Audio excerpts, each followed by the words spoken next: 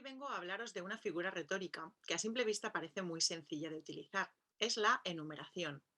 Como su nombre nos indica, se trata de enumerar determinados elementos para hacer una descripción, para reforzar la narración que pueda explicar nuestro poema, pero no es tan sencillo como a primera vista nos puede parecer, no es tan simple. Cuando escribimos un poema y queremos darle una intención, es importante que todas las figuras retóricas que utilicemos vayan siempre a favor de la intención que nosotros le queramos dar a las palabras que incluimos en ellas.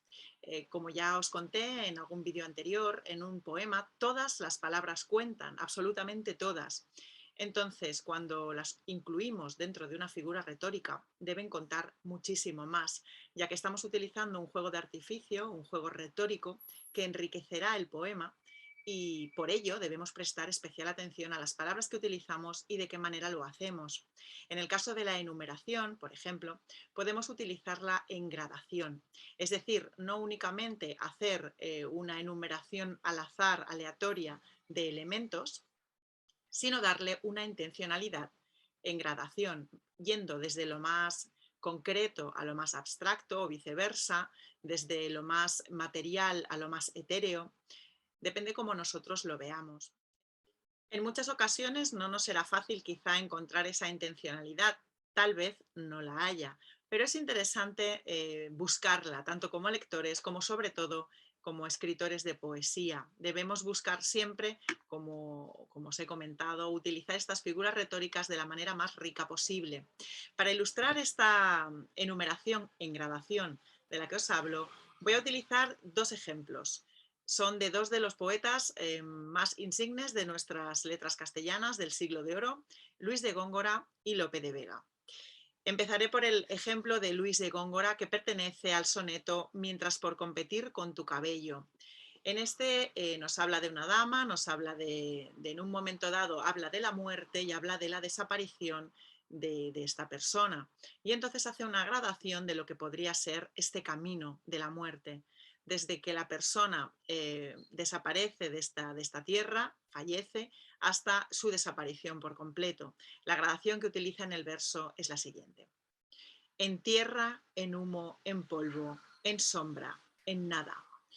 Vemos cómo va haciendo los elementos desde lo más corpóreo, lo más mundano, que sería esa tierra que recibiría a esta dama de la que el yo poético está enamorado, hasta que sea nada, hasta que desaparezca como una sombra, que ya no sea ni un recuerdo y que tengamos ahí un nada. Nos lleva de la mano por todo ese camino sombrío en el que el yo poético se ha asumido a la hora de hablar de la muerte.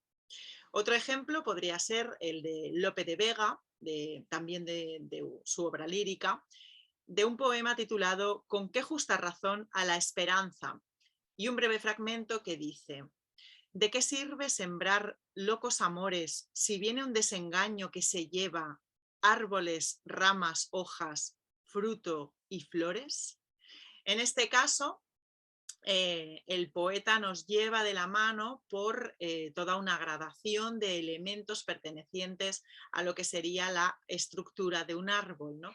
Y entonces cómo se deshace todo, cómo va desde el elemento básico, ¿no? En el árbol, árboles, y va al elemento más pequeño, ¿no? Va haciendo un recorrido por ese árbol, por esa rama, esa hoja, ese fruto y esa flor, y cómo todo desaparece. Entonces hace esa gradación del elemento más grande hasta el elemento más pequeño y más frágil, que sería esa flor.